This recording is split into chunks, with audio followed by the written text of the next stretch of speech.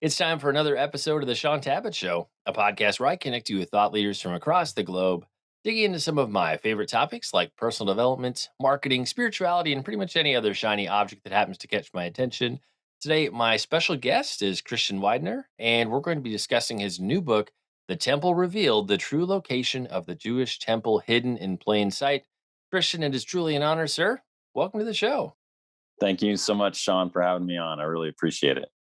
Well, it is truly my honor. And this is the very first time you and I are meeting today. I know you're going to be new to many of my viewers and listeners. So let's kick off our conversation by having you share a bit of the Christian Widener origin story.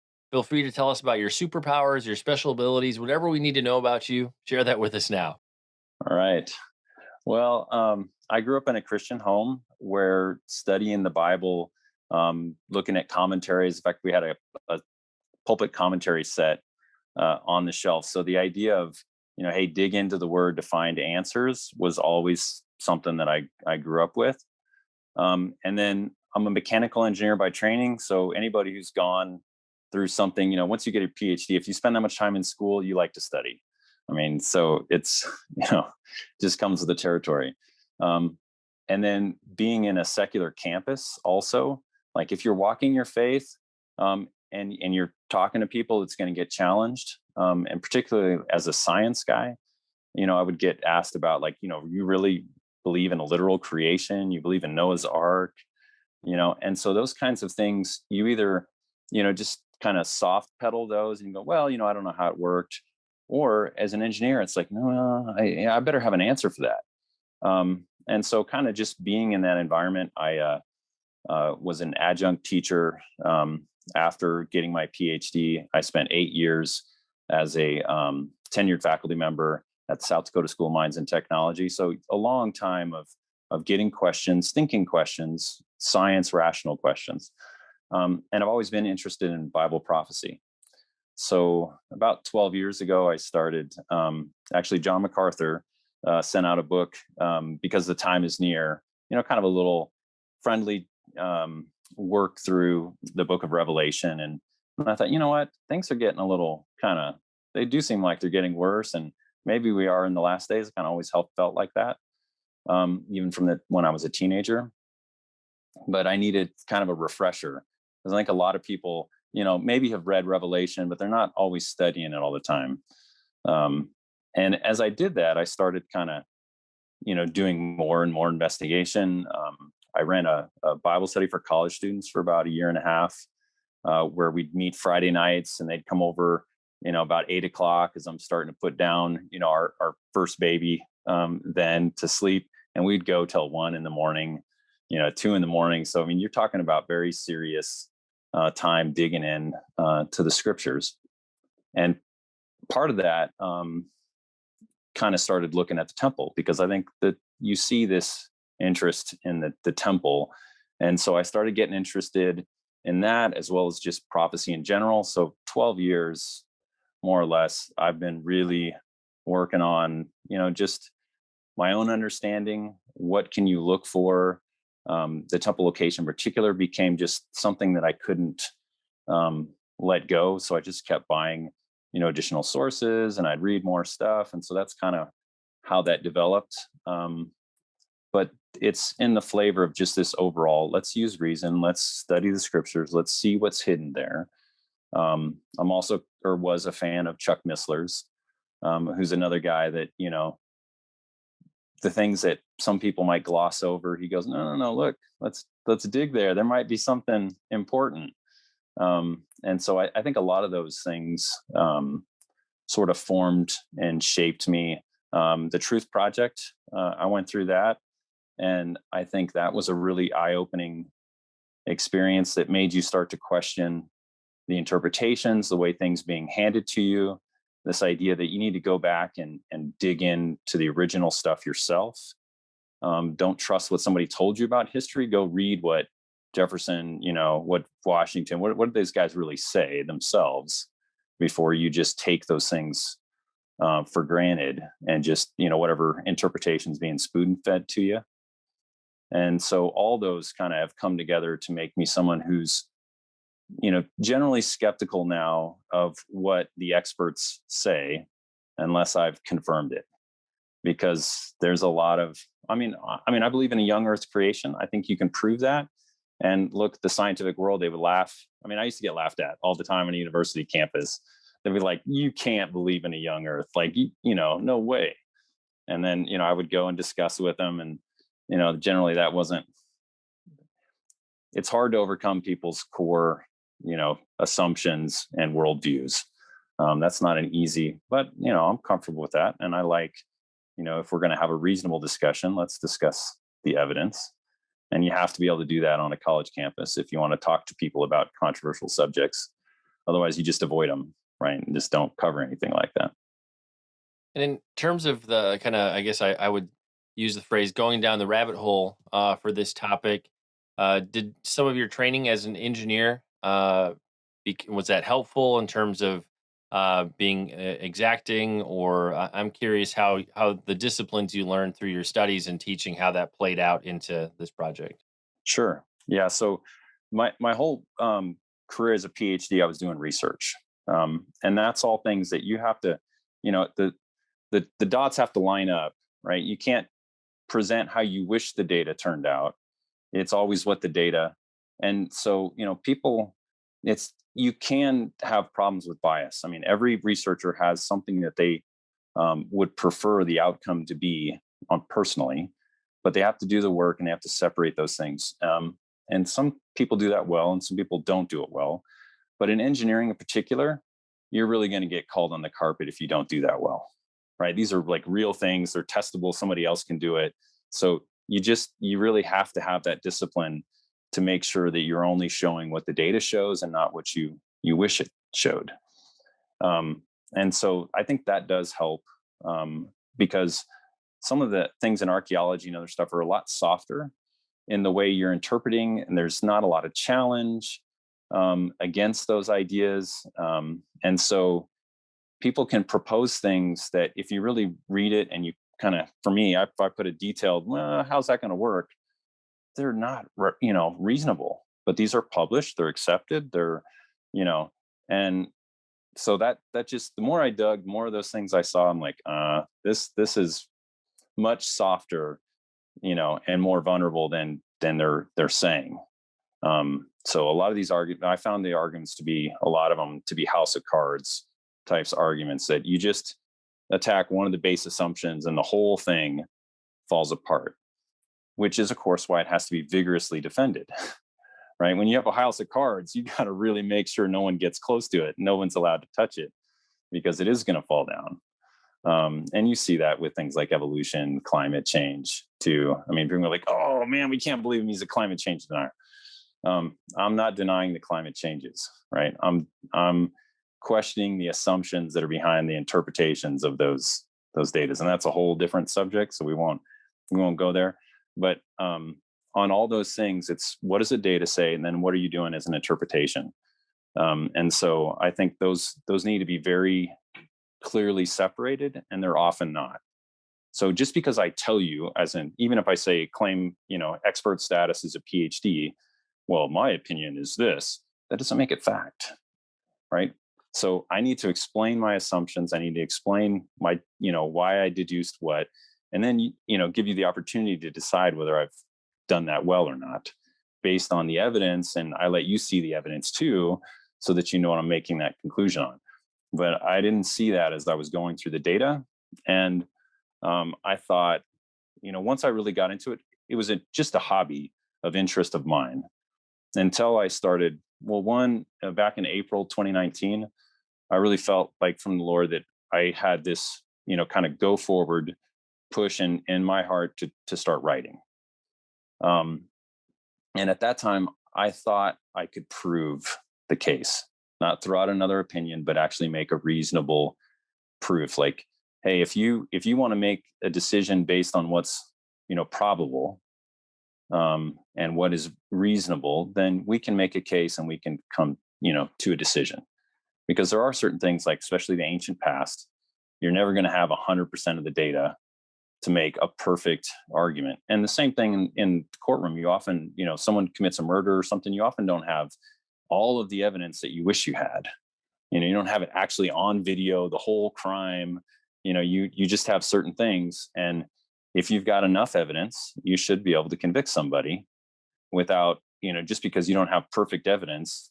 It shouldn't be like, oh, well, no, we can't make a decision because, you know, nobody filmed it. Nobody's standing there with their iPhone. So, I don't know. It's possible that it was somebody, it was the one-armed man, you know, who came in. It's like, so that's what I thought I could do with the book.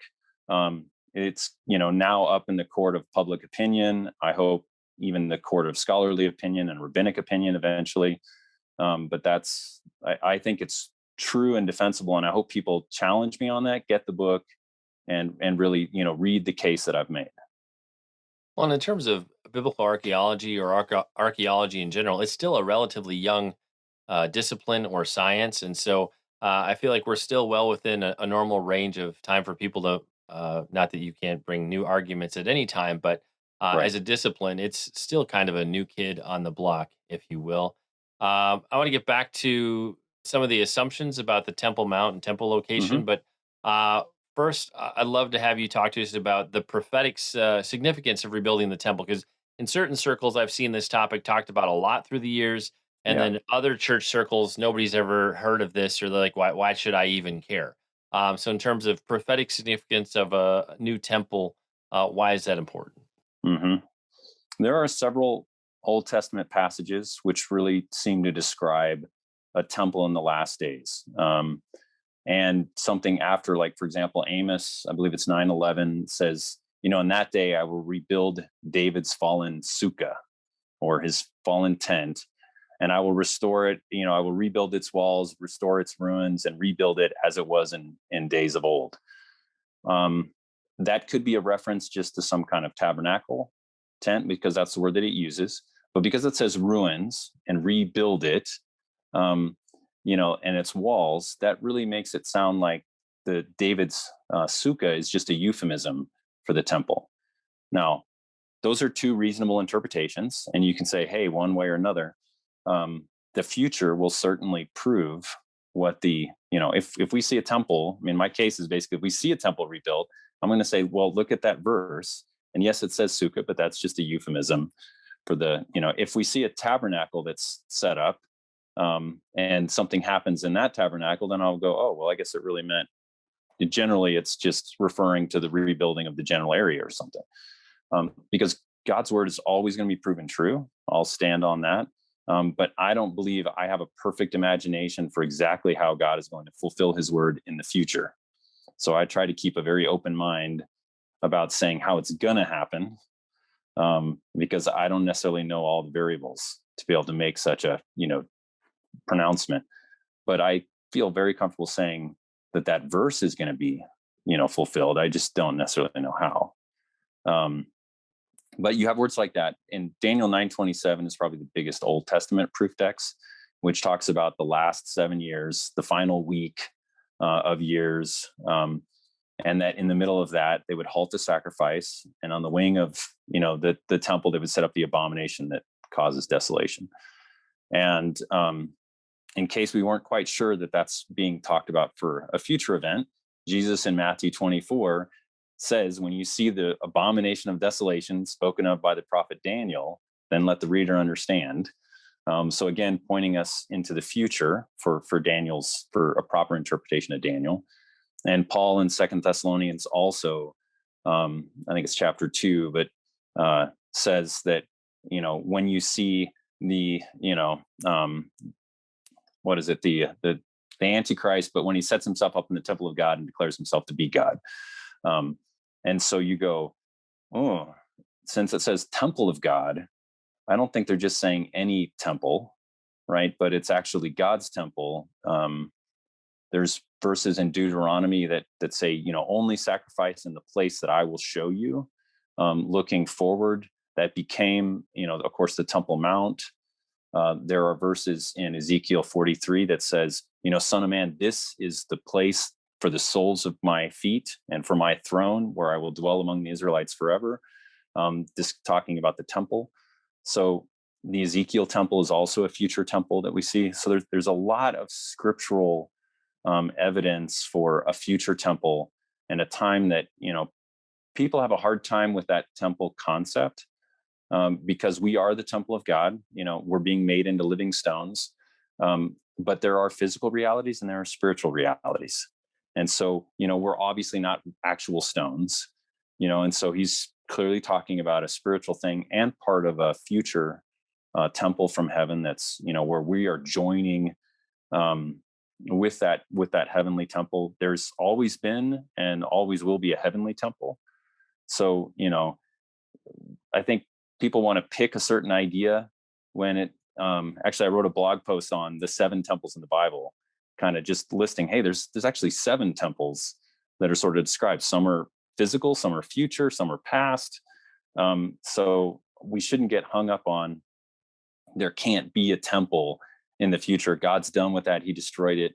Remember that the disciples and the early Christians for almost 40 years went to the temple after Jesus ascended into heaven. So that can't be an abomination for Christians to go, yes, sin has been atoned for. But there's lots of thank offerings and, other, just the Passover. And there were all these other things that are part of the temple. We're not Jews, at least, I'm not, probably you're not. So we may not understand all of the things that happened. And I think Christians can see it as very one dimensional, like, oh no, that's the only purpose of the temple was atone for sin. And, it's not to lift up God. It's not to pray. It's not to, recognize his presence. And I think it's much more complicated than what we've really learned, unless you kind of study just particularly about the temple. So, I mean, that's probably the stickiest issue of talking about the temple for just the broad Christian audience, is so many people have a different idea. For some people, the idea of the temple is just like a total heretical idea. And other people, maybe are almost going a little bit more too much towards, Judaism and want to restore, all the full practices. So, I'm trying to walk somewhere in the middle of just, I think the Bible says it's going to happen. There are some good things about it. The disciples still went there afterwards, so it can't be all bad, right? And we need to have a little bit more open mind on that subject. Well, let's talk a little bit now about the location of the Temple Mount, or the temple, if you will. Most traditional or modern scholarship would say the temple was at the location where we find the Dome of the Rock today. So, how did we arrive at that conclusion? Like, what were some of the things that fed into us seeing that that is or is, quote unquote, the location of the former Right. temple? So, and yeah, that's definitely the predominant scholarly view. And it really goes back to a Christian view from just a little bit before the Crusaders. And so the history of the Temple Mount is that it was destroyed in 70 AD. And about 65 years later, the city was razed again. Um, and Emperor Hadrian came and actually tried to rebuild the city into Aelia Capitolina. But both of those destructions chased everybody out of the city, destroyed, Jews. You don't have like this continuous habitation from the time of Christ of Christians and Jews who go, oh yeah, my grandpa showed me it was right here. And, I saw that. So there was a loss of, and plus they built over some of the things. So, and then in the 600s, and actually, sorry, before that, they come back to the city. Eventually Christianity takes over Rome. And so now Christians are allowed into the city, but they're settled in this sort of hatred for everything Jewish around that time. And the temple in particular, they started throwing their trash there. I mean, this was just, like, we want to try to desecrate this spot because it's Jewish. I think forgetting that, things verses like Ezekiel 43 that says, this is the place for my soles of my feet and my throne. So I don't know that was such a wise move, but that's what happened, right? Then the Muslims sort of conquer by treaty. They surround Jerusalem. They make an agreement and they give up, and Islam takes over Jerusalem. But Christianity still has a seat there. And under the agreement, they said, okay, well, we don't want you building mosques in the city, but you can go build over there on the Temple Mount. And when they went there, they found a big platform. Now, this is The platform, when the platform was built that the Dome of the Rock sets on today, that's my conjecture. Um, we know that Hadrian built a temple there. So my conjecture is that it's the temple platform that's up there was the first thing that was built after the destruction. And here's the reason: if you're going to build, a temple on a place that's just been flattened and leveled, and there's debris and rubble and all that stuff, you have to have a foundation. So you got to clear that, prepare a foundation, and the rock that's inside the Dome of the Rock is off center to that platform, but it's perfectly positioned to have been a cornerstone for a rectangular building that sat in the middle of the platform. And it even has cutouts that are consistent with that. So I think when they came and cleared off the trash and they looked at the whole Temple Mount, there's one area of rock that's in the book that's part of the platform. The whole platform is level to it, so it almost makes it invisible, right? Even though it's plain, it just looks like a huge giant paving stone. But there's this other one that's prominent, sticking up out of that, and you go, oh, that must be the venerable rock, right? So, and why would they make that assumption? Well, because, one, they're not Jewish. There was a Jewish guy with them, and that's a whole, that's a rabbit trail. I go into it in the book. But for this conversation, that became where they built the Dome of the Rock. They built Al-Aqsa to the south, in particular, because they didn't want to pray in the direction of the temple at all. They wanted to just pray towards Mecca. So that kind of fixed that area. And then Christians weren't allowed onto the Temple Mount after that point. So, one, you've gone through all this stuff, and then hundreds of years later, maybe it was Theodosius. I'm right off the top of my head. It's in the book. I don't remember which guy first kind of said, oh, and that must be the temple. And so, but he's not saying that because he's, been able to do an investigation on the Temple Mount, right? He's just looking and seeing the prominent, and I think they make that assumption. And people did come in after that, but that's where you start to have like this. It becomes a Christian lore 800 years after the destruction, right? That's where you first sort of see it. However, the Golden Gate, which is part of the Temple Mount walls, that has a consistent history of reports of always being there. It's something easy to see. It's something easy for pilgrims to comment on. I have a YouTube video that kind of shows the temple and talks about this right now. That's on YouTube, and that's actually gotten a lot of exposure. I think I'm almost at 100,000 views now. So that's a way that people can kind of just get a basic introduction to what I'm talking about. But it just scratches the surface. The book really is what lays out the evidence. And I don't want to spend a lot of time on this next question, but if we would just roll with the going assumption that where the Dome of the Rock is, that was the Temple Mount where the temple was located. In terms of rebuilding the temple, why is that culturally, politically a complete disaster?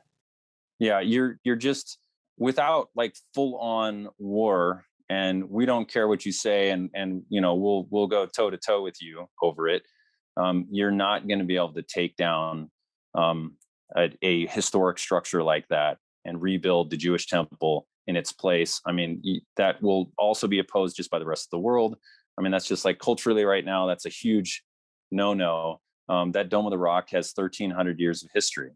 So bulldozing it's hard to see how that's going to happen. Could happen. Anything's possible, but now with the work that I've done, I just, I know it's not the right spot. And so, you can kind of see, I'm okay. I was okay before that. Like I didn't have a particular spot that had to be, decided before I went and did that. But before I went and did the research, but And then anyway.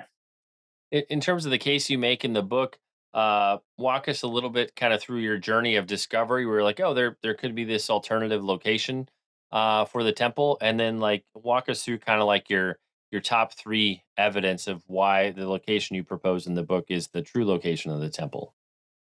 So the big thing that made the case for the location I'm proposing is the Golden Gate. And the reason is because it it was the thing that stuck in my craw was Ezekiel 44, 1-2. And it says, I looked to the gate that faces east, the outer gate of the sanctuary, and it faces east, and it was shut. And it will remain shut because the Lord, the God of Israel, has entered by it, and therefore it will remain shut. So you go, huh, that's a shut gate, right? It's walled up in stone. That looks like a fulfillment of that verse, and what gate is that? And the pilgrims' testimony about that gate, like every time you read pilgrims visiting that gate, they go, that's the gate that Jesus came into. So you've got a long historic testimony of pilgrims calling that gate. And the reason why is because there's actually a verse in Ezekiel 43 that I looked, and towards the east gate, and the glory of the God was coming from the east, and it filled the temple, and so you have this messianic expectation even before the time of Jesus that the east gate was going to be associated with the Messiah because of Ezekiel 43. And then you have this thing about the gate being shut. So I'm like, that looks like, yeah, that's the gate that Jesus came in the temple. A lot of people think that gate was the gate that actually led into the temple. It led into the Temple Mount. In front of that, a ways would have been the 500 cubit square, which was the no foreigner, is allowed into here. But that was a normal access that you could come up to, that kind of led into the outer court and other places to the south of the temple. So when you see that, okay, so Jesus came in that gate, then I started looking back in time, how far back could you find evidence and reports of that gate? And I kept finding earlier and earlier reports and more discussion and association of that gate being part of the temple, which you can kind of see. And then eventually I got a book from a very famous archaeologist, Dr. Lean Rittmeyer, who really supports the Dome of the Rock location. But about the East Gate, he goes, yeah, but look, for all these reasons, this is the original, Shushan Gate. So, so you have then, okay, it is a real gate. So then why isn't it, part of the temple? I mean, why isn't it, definitive for the temple location? Well, if you ask rabbis will tell you all the gates were aligned and that the East Gate was directly in front of the temple. And that's actually recorded in the Mishnah. And so, can we prove that from scripture? It's only implied in scripture. It's clearly described in the temple of Ezekiel. And they go, well, that's the future temple. That's not a past temple. And I said, well, but wait, remember that all the earthly temples are copies of the heavenly one. We see that, that's actually a verse from Hebrews. And so if they're all copying the same model, then it's not a terrible assumption to say that the gates have the same, that all those temples have the same design because they're copied from the same thing. So I think scripture supports that idea that the gate was in front, and then that becomes a key anchor point. Once you can say that, yes, that gate was in front of the temple, unless you can prove that that's not an original gate, that is the line of the temple. I mean, it's that simple. And one of the predominant archaeological arguments is that gate was either built by the Byzantines or the Umayyads after they took over Jerusalem. But the Byzantines is probably the most popular argument. And it says that Heracles, Jerusalem was conquered by the Persians in like 613, 14, somewhere around there. They took the cross that they were venerating, at least at that time, that they had found from Empress Helena. And Heracles goes after him. He gets the cross back, and he comes back triumphantly 15 years later to Jerusalem, I think about 630. And it records that he came through that gate. So they're like, well, they built the gate for Heracles. Except if you read the account, it says that when he got to the gate, they made him dismount and come in humility because that was the gate that Jesus had entered. And he entered lowly and humble into the temple, into the city. Well, they certainly didn't build the gate for him if they're saying that's the gate that Jesus entered. And then even 50 years before that, there's actually reports of the Piacenza Pilgrim. I think you can see the Golden Gate in the Madaba map, which was at the same time as the Piacenza Pilgrim, which are all both before the time of Heracles. And so, at that you have this early testimony that that's still the gate. They know it's not Heracles. So it's just fiction to say that was a new gate built right at that time.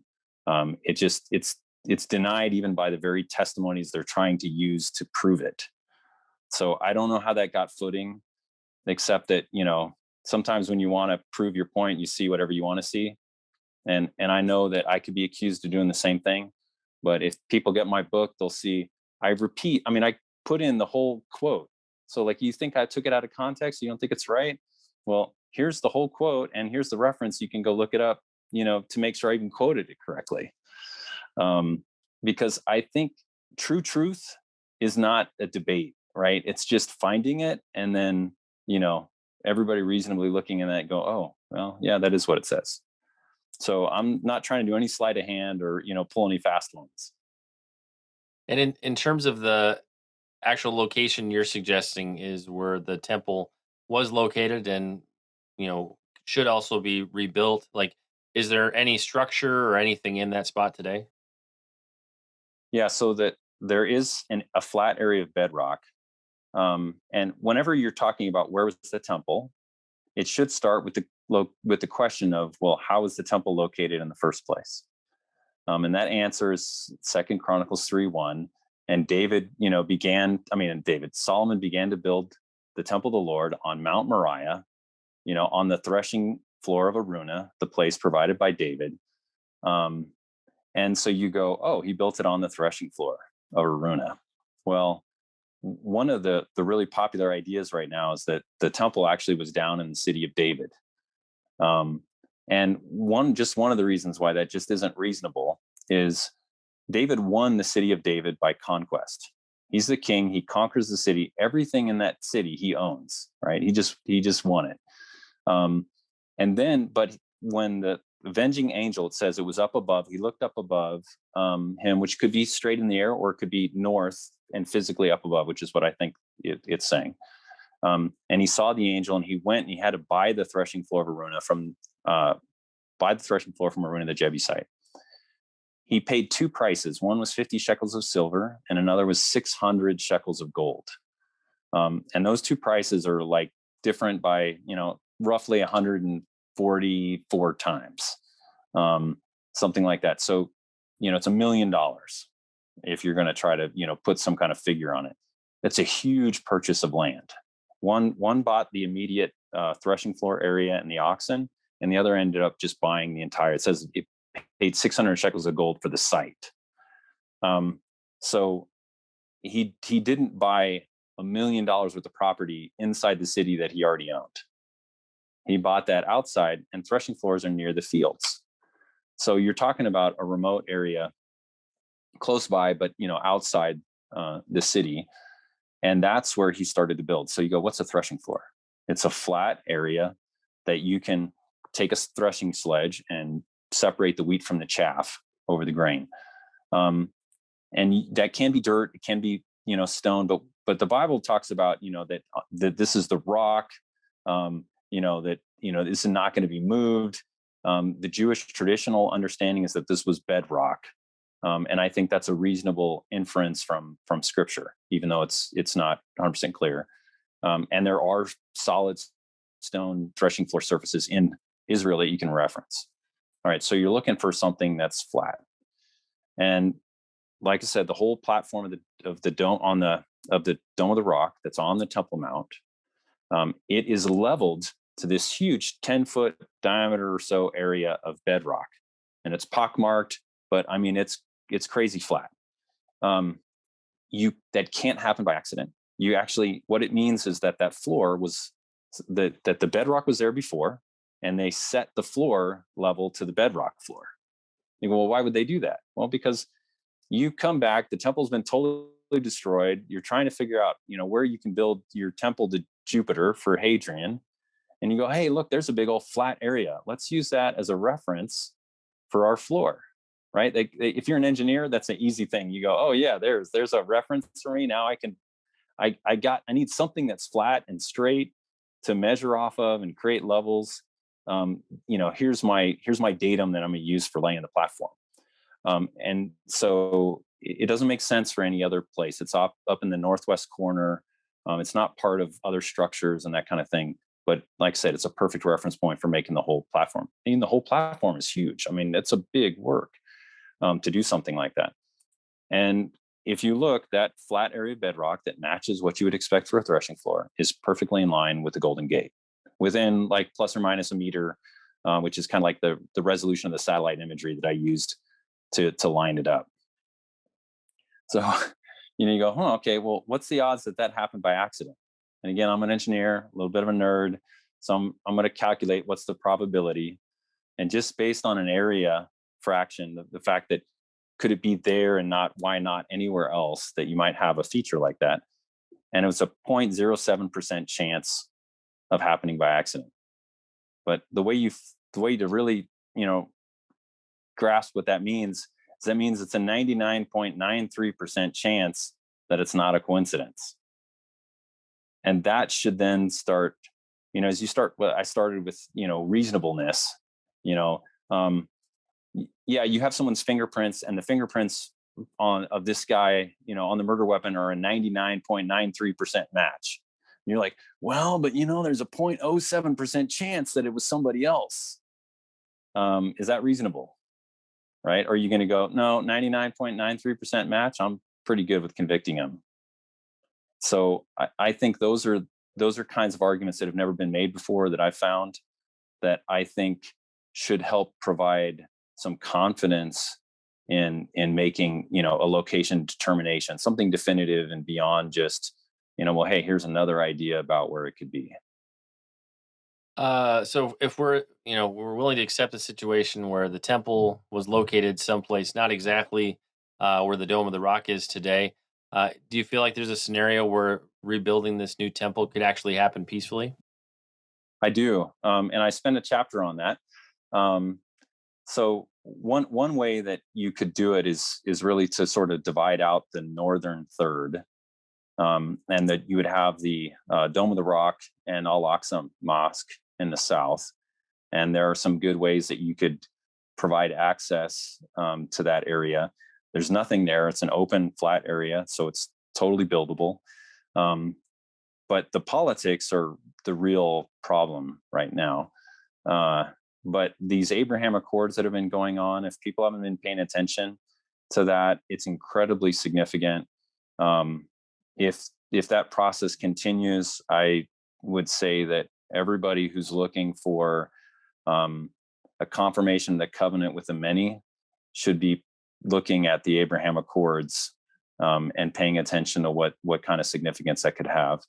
But what's really happening is you're seeing peace between Israel and their southern neighbors, mostly Sunni, and a growing threat from a northern Shia Turkey alliance that are much more radical and have set their sights in particular on Jerusalem. And the history of Jerusalem becoming a holy site in Islam was the northern caliphates needed, some kind of holy site to anchor their claims for, Islamic supremacy over the rest of the Islamic countries and peoples.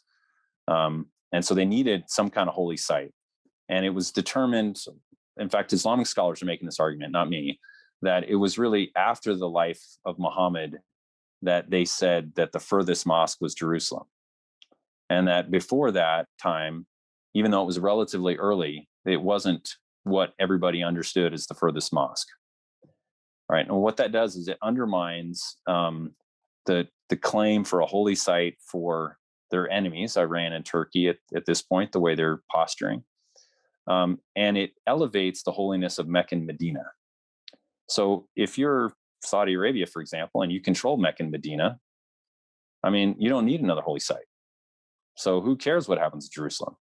And if Israel is going to help protect you and do business to build up your country, and you're going to be able to make a much stronger alliance against your true enemy in the north, then it starts to make actually a lot of sense to let Israel go ahead and normalize the Temple Mount, make it fully accessible to anyone, rebuild a temple there, diminish the claim of Islam of supremacy over that site, and start to see some prophetic fulfillments.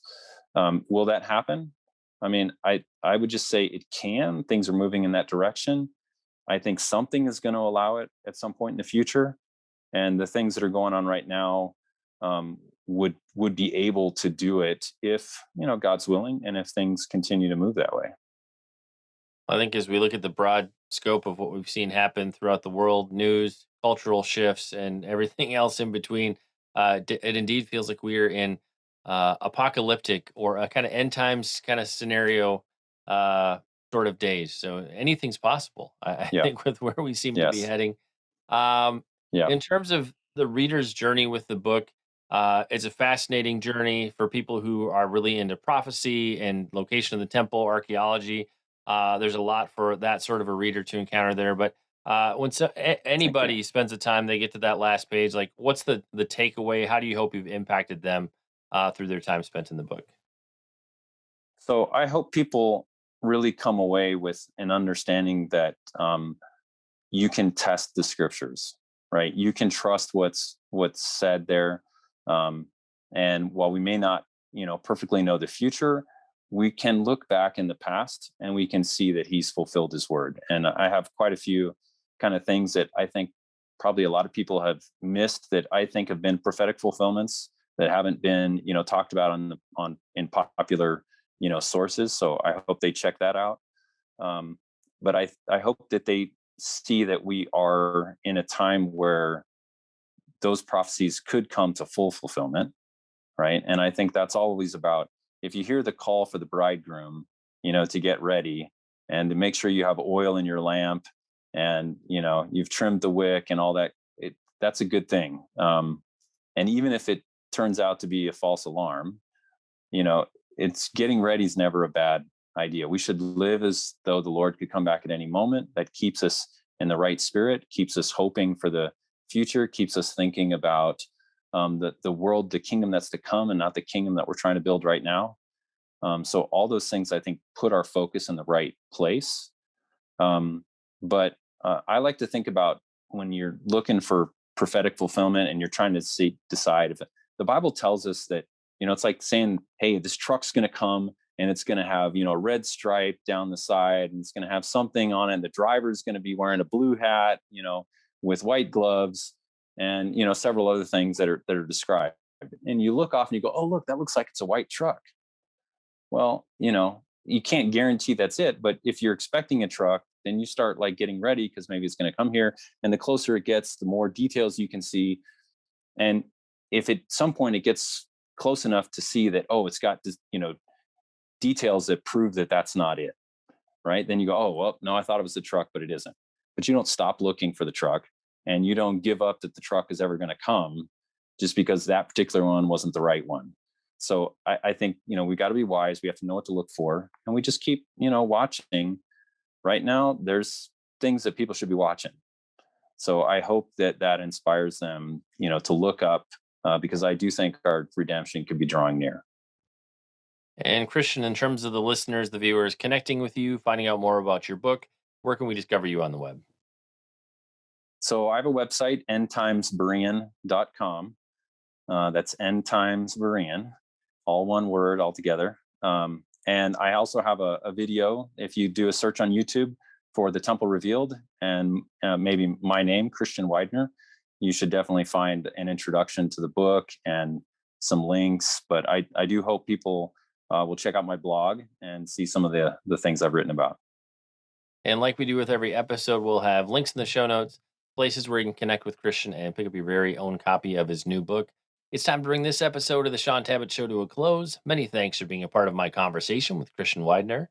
Once again, our book today was The Temple Revealed, the true location of the Jewish temple hidden in plain sight. For more on Christian and the book, head over to his website. You can find that at endtimesberean.com. And Christian, I just want to say thank you so much for sharing with us today. It's been a fascinating journey having you on the show.